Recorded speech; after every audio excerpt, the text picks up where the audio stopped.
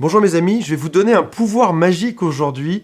Vous allez avoir la compétence de détecter si une personne se sent en insécurité au fond d'elle ou pas. Alors, vous pourriez me dire, oui mais Antoine, c'est super simple à voir ça. Une personne qui ne se sent pas en sécurité, qui a peur, qui est stressée, ça va se voir. Elle aura la tête renfermée sur elle, elle va pas beaucoup parler, elle sera timide. Détrompez-vous.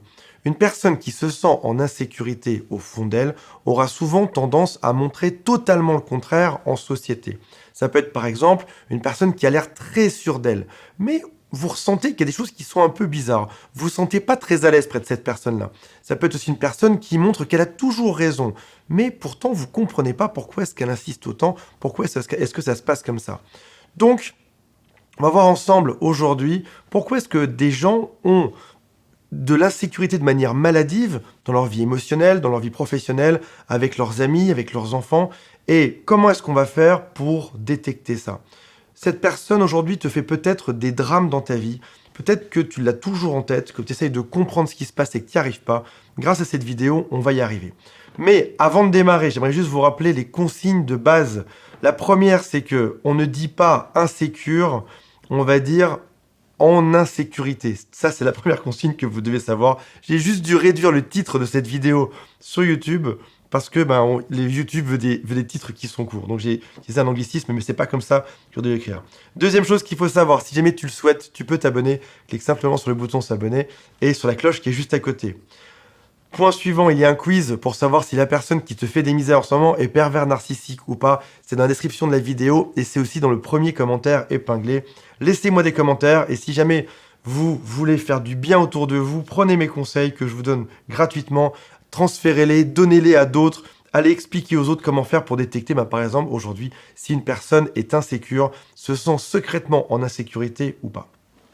Premier point, qui est la chose peut-être la plus simple à repérer, c'est que ce sont des personnes qui passent leur temps à raconter leur victoire. Par exemple, elles vont en parler à tout le monde, elles vont en parler tout le temps. Et quand vous êtes à côté de ces personnes-là, vous en avez peut-être même parfois marre que cette personne rabâche toujours ses succès. Surtout que vous connaissez la vérité, vous savez que cette personne est en train d'embellir quelque chose qui n'est pas si chouette que ça. Ce qu'il faut savoir, c'est que une personne qui est confiante, une personne qui a confiance en elle, n'a pas besoin d'aller rabâcher ses exploits. Comment est-ce qu'il a réussi à faire ça? Quel type de boulot il a? Comment est-ce qu'il a sauvé quelqu'un? Ou qu'est-ce qu'il a fait la veille qui était gigantesque? Une personne qui a confiance n'a pas besoin de le prouver en permanence. Alors, bien évidemment, c'est pas une mauvaise chose de montrer sa réussite, tant que derrière, ça ne devient pas quelque chose de maladif où on en fait toujours 10 fois trop. Je vais vous donner un autre exemple qui ressemble un petit peu, mais qui est un petit peu différent. Si jamais ton père a toujours voulu que tu réussisses, ton père t'a mis la pression, ta mère t'a mis la pression quand tu étais petit, t'a mis la pression pour que tu réussisses, il t'a dit que tu n'avais pas le droit à l'erreur.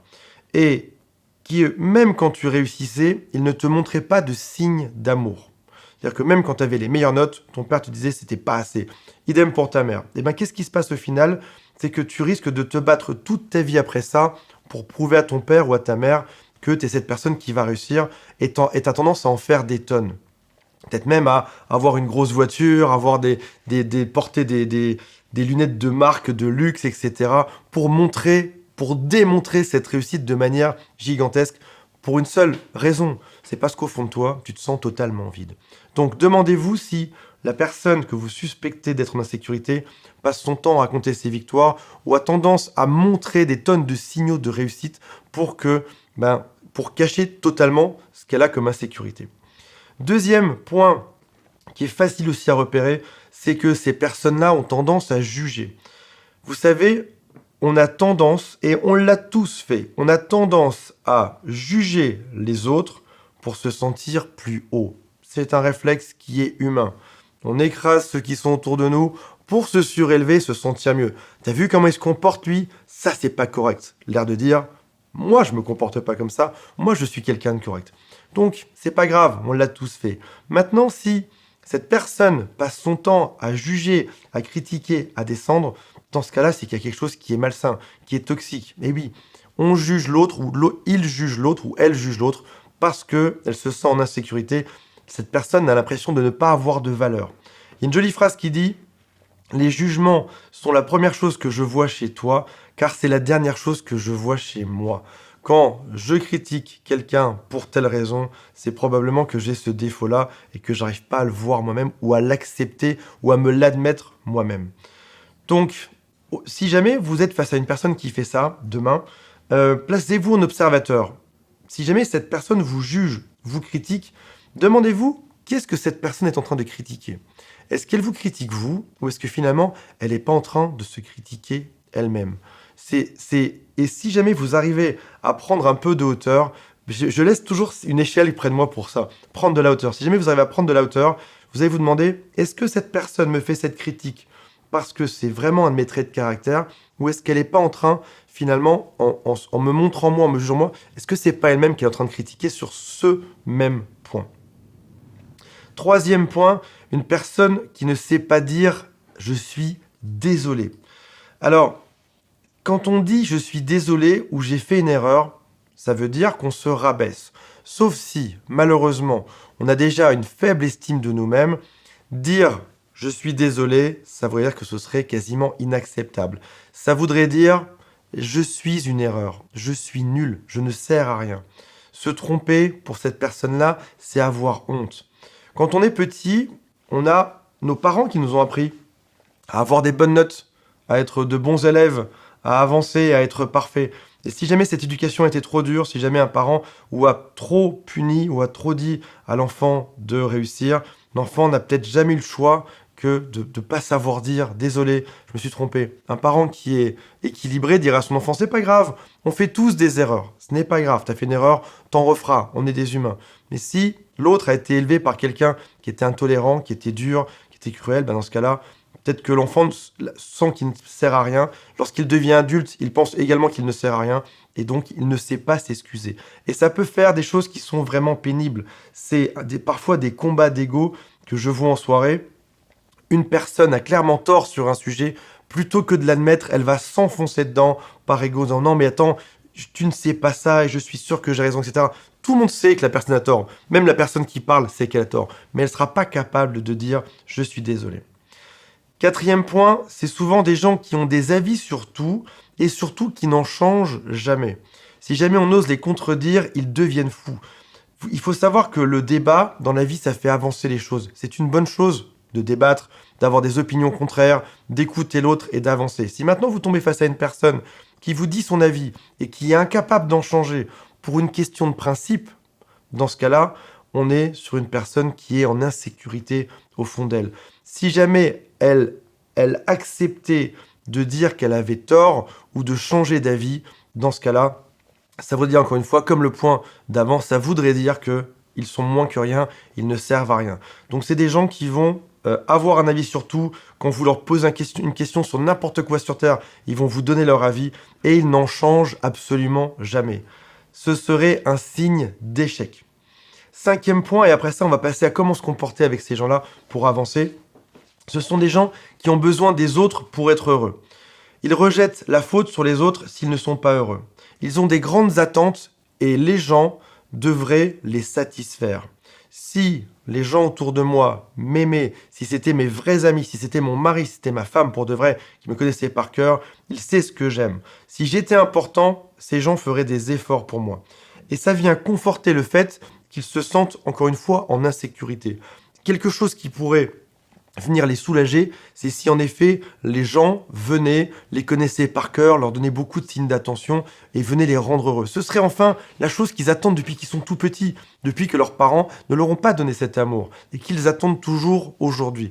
Malheureusement, c'est un gouffre sans fin. C'est des personnes, quoi qu'on fasse comme effort pour eux, quoi qu'on leur donne, ce sera jamais assez parce que la blessure est trop profonde, la blessure est trop grande. Et donc malheureusement, ils ont toujours besoin d'autres pour être heureux, et ce que les autres leur donnent n'est jamais suffisant. Alors, on va voir dans un instant comment faire pour se comporter face à ces personnes. Je veux juste vous rappeler que si vous le souhaitez, vous pouvez vous abonner et cliquer sur la cloche pour recevoir avant tout le monde des vidéos qui parlent de manipulation, de relations toxiques, d'amour aussi, de réussir à être plus heureux, de réussir à retrouver une vie qui est saine et équilibrée. Il y a un quiz pour savoir si la personne qui vous cause des problèmes est pervers, narcissique ou pas. C'est juste en dessous dans la description et en premier commentaire. Laissez-moi un commentaire, donnez-moi vos avis. Moi, je suis extrêmement ouvert à la critique, à tout ce qu'on peut me dire. J'adore ça. On en discute, on avance ensemble. C'est en ayant tort qu'on avance. c'est en se trompant ensemble qu'on arrive à faire des choses qui sont merveilleuses. Et rappelez-vous, vous êtes les ambassadeurs de cette chaîne et de ces conseils. Si vous repérez une personne dans votre entourage qui se sent en grande insécurité de manière secrète, c'est peut-être le moment d'avertir aussi peut-être vos autres amis pour que ça calme un peu les tensions et que les gens prennent ça au second degré. Alors, comment est-ce qu'on se comporte lorsqu'on est face à une personne qui est comme ça? Déjà, on peut en sortir en disant, écoute, je pense que là, tu es dans un combat qui n'est pas contre moi, mais qui est contre toi, parce que tu te sens en insécurité sur ce point. J'ai pas envie de discuter de ça, parlons-en plus tard. Donc on peut décider tout simplement d'en sortir. Maintenant, ce qu'il faut savoir, c'est qu'en connaissant ces signes, ceux qu'on a appris aujourd'hui, on peut arriver à dédramatiser la situation et à prendre tout ça au second degré, en étant moins blessé, en étant moins effrayé. On l'a vu, c'est pour ça que je laisse toujours cette échelle à côté de moi. Lorsqu'on monte de quelques étages, on peut s'observer soi-même et observer l'autre en face de nous. Tiens, au début, on est dans notre corps et l'autre est en face de nous en train de nous parler. Tout d'un coup, on réfléchit un petit peu, notre cerveau s'échappe et va quelques mètres plus haut et on se regarde tous les deux. Pourquoi est-ce que cette personne-là se comporte comme ça avec moi? Lorsqu'elle me reproche ça, est-ce qu'elle n'est pas en train de se la reprocher à elle? Et dans 99,9% des cas, bien sûr que si. Et moi, pourquoi est-ce que je réagis comme ça? Pourquoi est-ce que ça m'affecte maintenant que je sais que cette personne-là a un souci avec d'un problème de peur, de stress, de manque de confiance en soi. Et c'est finalement pour ça qu'elle me dit ce genre de choses. Donc c'est important de regarder les deux comportements, de regarder le scénario qui se joue. Cette personne dit ça parce qu'elle est en insécurité, moi je réagis comme ça, et maintenant finalement que je sais que l'autre est dans l'insécurité, je n'ai plus besoin de m'inquiéter par rapport à ça, j'ai pas besoin de prendre ça au premier degré, ça peut juste, ces insultes ou ces choses qu'elle me fait peuvent arriver sur moi et ruisseler sur moi sans même que ça m'atteigne. Voilà, j'espère que ça vous a plu, mettez un like à la vidéo et on se retrouve demain pour une prochaine vidéo. Salut à tous, bye.